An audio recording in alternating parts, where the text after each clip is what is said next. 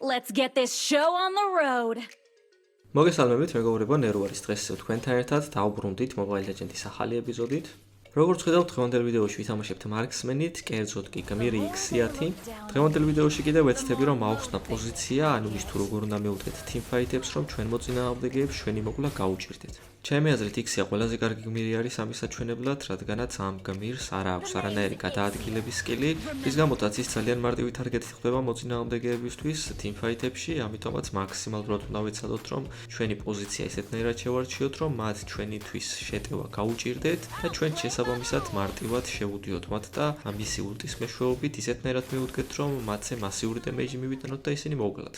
ასევე X-იას კიდევ უფრო მარტივ თარგეტს ხდის ის ფაქტი, რომ არ ვაწყობ ამ გმირზე ფეხსაცმელს, რის გამოთაც საკმაოდ ნელა გადავადგილდებით და teamfight-ებში შესაბამისად ერთი არასწორი მოქმედებაც და ძალიან მარტივი თარგეტი ხვდებით და ძალიან მარტივად მოგკლავთ.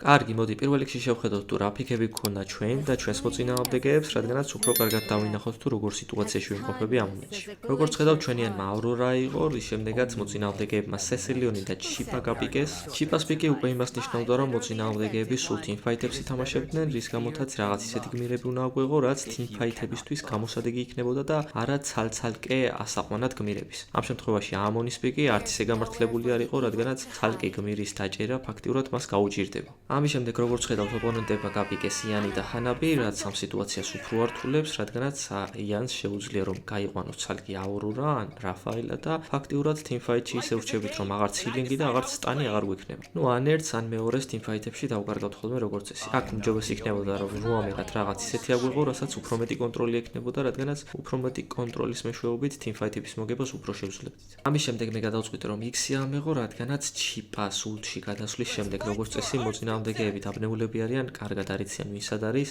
ანუ რუკას ისე არ უყურებენ ხოლმე როგორც წესი არის, ამიტომაც მაგ ქაოსში ძალიან მარტივად შემეძლო რომ ჩემი ულტის მეშვეობით თუ კარგ პოზიციაში შევარჩევდი, მომეგო teamfight-ები. ნუ ეგ იყო ჩემ გონებაში, როდესაც ეს პიკი ავიღე, მაგრამ როგორც ხედავთ, მოწინააღმდეგეებმა ლუკასიც აიღეს, რაც იმას ნიშნავს, რომ იანი, ლუკასი და ჩიპა ძალიან მარტივად შეძლებენ ჩემს დაფოკუსებას და ჩემს მოკვლას.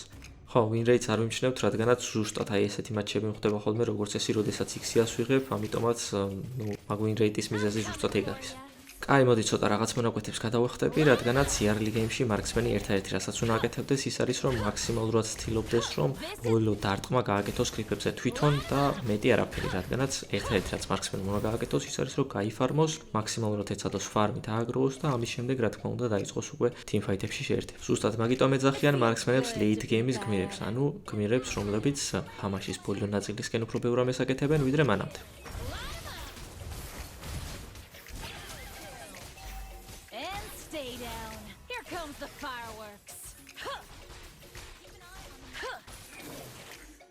როგორც ხედავთ, იმის გამო რომ მაქსიმალურ სიფრთხილეს ვირჩენდი და ფაქტიურად ტურენტიდან არ გავდიოდი, რადგანაც იანისთვის ძალიან მარტივი თარგეტი არის X-ია, მას მოუწია ტურენტში შემოსვლა, რის შემდეგაც მეორე სკილით მისი ულტი გავაუქმე, შემდეგ დავფლიკერდი, მან ვეღარ გამიულტა და ძალიან მარტივად მოვყარე.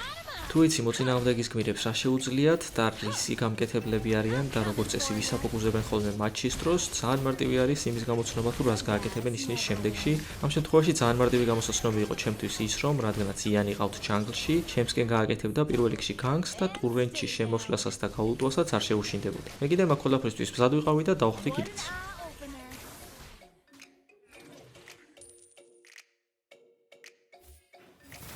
კარგი, მოდი ცოტა ავაჩქაროთ ის მონაკვეთები, სადაც უბრალოდ ჰანაბის მოგვი ხარ დაკავებული.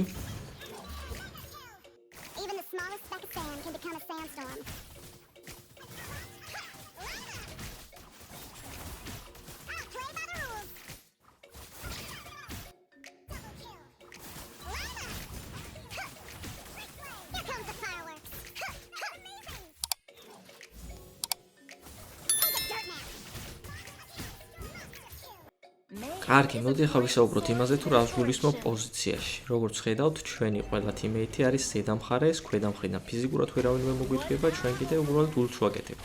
ეს ის ადგილი არის, სადაც ყველაზე უსაფრთხოდ ვართ ამ მომენტში და ფიზიკურად მოწინააღმდეგეებს შანსი არ აქვთ, რომ შემოგვიდიან. როგორც ხედავთ, ამ მომენტში ტურენტს ვიღებ, მაგრამ იანზე მაქვს ყურადღება, მას როგორც ხედავთ, გაულტული აქვს ვიღაცაზე, სესილიონი ძიქვე იყო და მიუხედავად იმისა, რომ ცოტა სიცოცხლე ჰქონდა, მე რომ მის ადგილას ყოფილიყავი, იანის დახმარებას მაინც შევეცდებოდი. ამ ყველაფრის ცოდნის გამო კიდე მე ეს ყველაფერი გავთვალე და რა თქმა უნდა, მას ისეთი კუთხიდან მივდექი, საიდანაც მე ვერ შემნიშნავდა. ამის შედეგად კიდე სესილიონიც მოვყალით და იანიც. ამას პლუს ქვედა მხარეს ყველა ტურენდი ავიღეთ და რადგანაც იანი უკვე მკვდარი იყო, ანუ მოწინააღმდეგის ჯანგლერი კუც მივაყოლეთ.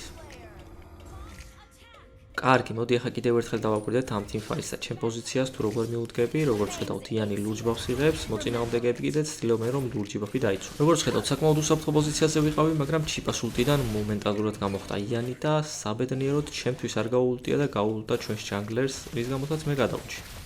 კარგი, მოდი კიდევ ერთხელ დავაკვირდეთ ამ მომენტს, როგორც ხედავთ იანის გაულტვის შემდეგ ამონზე მე, რა თქმა უნდა, პოზიციას ვიცვლი, რადგანაც ვიცი რომ იანი გამოსვლის შემდეგ ჩემ ზებნას დაიწყებს და ჩემ მოკლა შეეცდება. ხოლო მე იმის გამო რომ ბუჩქებში ვიყავი იმ მომენტში, ვეღარ შემამჩნია, ამის გამო მისი მოკლა გაადვილდა. Oh, I'm bad.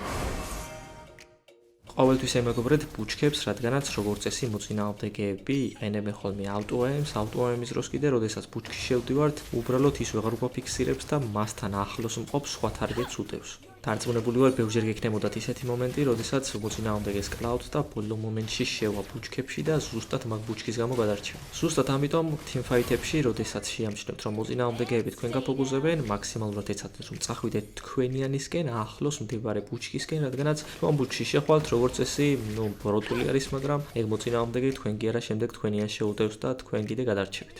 რა თქმა უნდა, მოწინააღმდეგესაც გააჩნია, რადგანაც როგორც ხედავთ, ავრორას სკილი, აი ამ წრის გარშემო ყველაფერს აკლებს, შესაბამისად, მისი სკილის მსგავსადაცილება ფაქტიურად შეუძლებელი არის, მაგრამ თუ ზილონგი მოგუძდევს და მსგავს რამეს გამოვიყენებთ, მსგავს სტრატეგიას, ძალიან დიდი შანსი არის იმის, რომ გადავრჩებით, რადგანაც ზილონგის სკილი კონკრეტულ თარგეტს უდევს, შესაბამისად, თუ ჩვენ ამ ყველაფერს გამოვიყენებთ, ან ჩვენიანთან ახლოს შევალთ ბუჩქში, ან თუნდაც ჯანგლის მონსტრთან ახლოს შევალთ ბუჩქში, დიდი ალბათობა არის იმისი, რომ ის მისი მეორე სკილი ზუსტად ამ ჯანგლის მონსტრს მიახტება და არა ჩვენ და ზუსტად მაგის გამო გადავრჩებით. კარგი, კარგად დავაკვირდეთ ახლა ამ მონაკვეთს, რადგანაც ზუსტად ბუჩქის გამო გადავრჩები და არ მოვკვდები. What an eye-opener.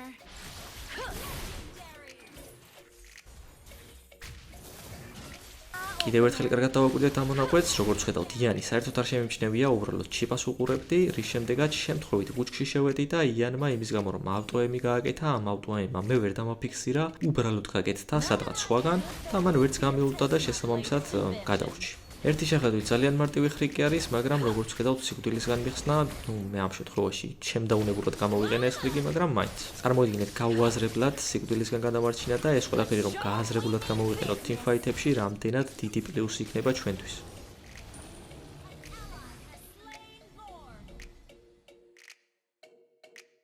Epic outplay. Enemy has been slain. Launch attack. კარგი, ლორდი, მოდის ჩვენ პოზიციაზე ვართ, მაქსიმალურად ვცდილობ რომ ჩემი თავი უკაზე არ გამოვაჩინო, რადგანაც არ დამაფოკუსონ. იანი ჯერჯერობით მკვდარი არის, ამიტომ დიდად არ მეშინია და ფლიკერსაც ვაკეთებ. სესილიონი ჩავხსენი, ამის შემდეგ ჰანაბი მიტევს და ჰანაბიც ჩავხსენით. ამ მომენტში უკვე თამაში მორჩენილი მგონია რომ მოვიგეთ, მაგრამ იმ ყველაფერს არ დავაკვირდი რომ იანი გაცოცხლდა, მოწინააღმდეგის ჩიპამ ულტი გააკეთა, რის შემდეგაც ამ ულტში იანი გამოხდა და ძალიან მარტივად ჩამხსნა. რომ არ გაუთამამებულიყავი და მეფრთხილა, აქ ყველაზე ჭკვიანური გადაწყვეტილება ის იქნებოდა, რომ ცოტა ხნით უკან დამეხია, სანამ ვიცოდი რომ იანი ცოცხალი იყო, დავლუდებოდი ამონს როდის ჩამოვიდოდა და ამის შემდეგ გამეგრძელებია შეტევა. ჰანაბი მოდის, ამიტომ ტურენდის დაცვა გვიწევს. Even the brightest minds of Erudicio have to recognize my ingenuity.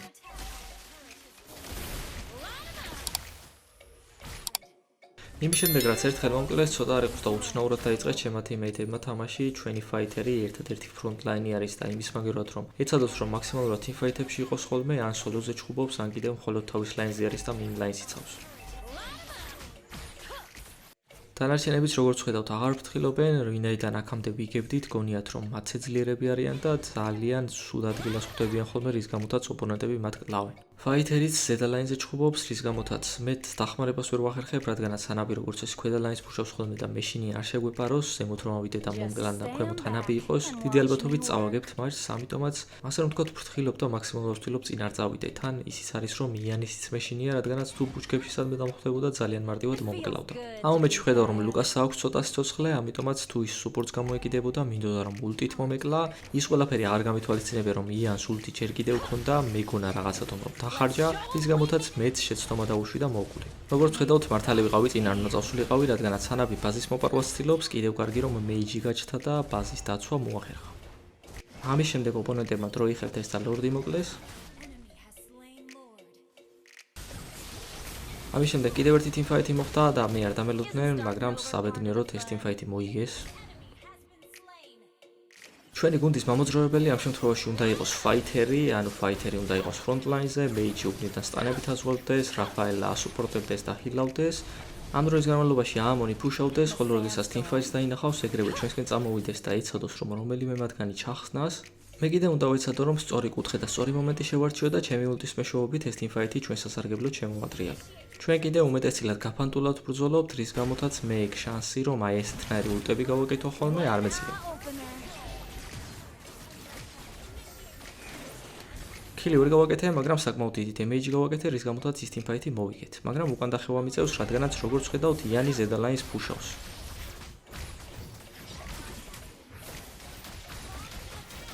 საბედნიეროდ მოვერიე იანს, მაგრამ სამწუხარო ფაქტი ის არის, რომ ჩემიანები არ აგვირდებიან ხოლმე ლაინებს და უმეტესწილად მე მიწევს ხოლმე რომ ის დავიცვა. და მე ერთხელ მაინც შეცდომა რომ დაუშვა და მომკლან, დიდი ალბათობით წავაკეთ.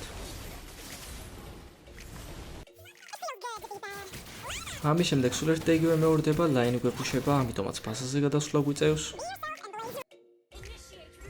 ფაითერი ისევ ბაზიდან ძალიან შორს იწყებს teamfight-ს. ველოდებით რომ ლუკასი და იანი დავინახო რუკაზე და ამის შემდეგ ჩავერთვები teamfight-ში, რადგანაც ძალიან მარტივად დამაფუგუზებენ. იანმა გაულტა, მაგრამ ულტიდან გამოსვლის შემდეგ ძალიან მარტივად შეუძლია შემდეგ ჩემსკენ განმოხდეს და მეც მომკლას, ამიტომაც ისევ ვფრთხილობ.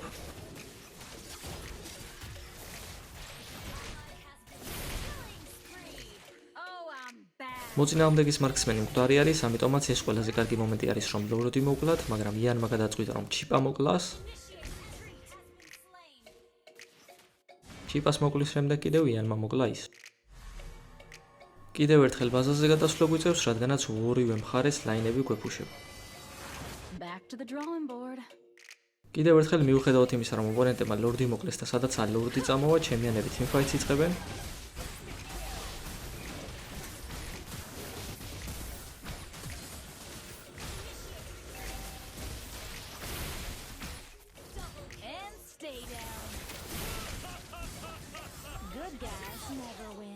საბედნიეროდ შევძელი ამ teamfight-ის შემოტრიალება, რის შემდეგაც ისევ ლორდი გვყავს მოსაგერიებელი და ბაზა გვაქვს დასაცავი, რადგანაც ყველა მხრიდან კრიფები და ლორდი მოდის.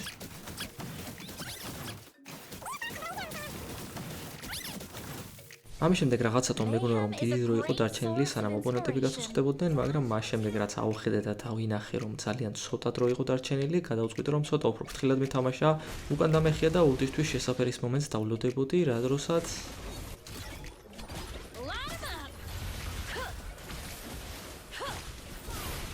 ფოვეუსი რუკას არ აგვირდებოდა, ეგ უკვე გასაგები იყო, მაგრამ მე ეკრანსაც თუ არ აგვირდებოდა, ეგ უკვე მოულოდნელი.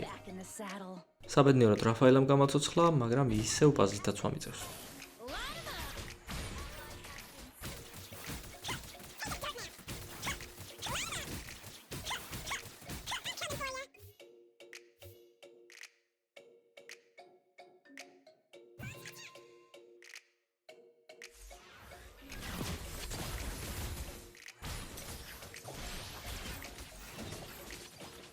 Gadget to tinker with.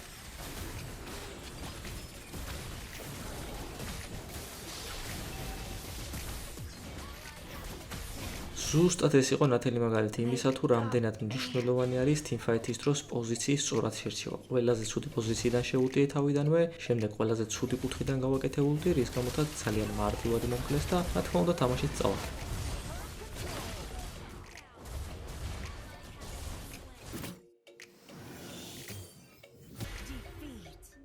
სულ ეს იყო დღევანდელი ვიდეო, იმედი მაქვს მოგეწონათ და ისიამოვნეთ, ჩემი თქმა უნდა იქნება რომ გამოვიწეროთ არხი და დავალაიქოთ ეს ვიდეო, რათა უფრო მეტმა ადამიანმა ნახოს და ჩვენ კიდე შევხვდებით შემდეგ ვიდეოში.